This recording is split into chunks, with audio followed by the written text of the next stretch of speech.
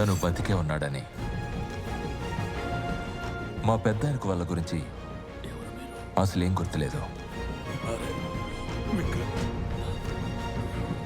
నేను ఎవరిని?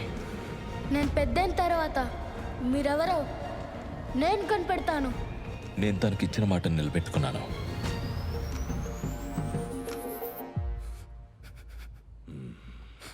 నాన్న, నాకు మీ గురించి చెప్పింది.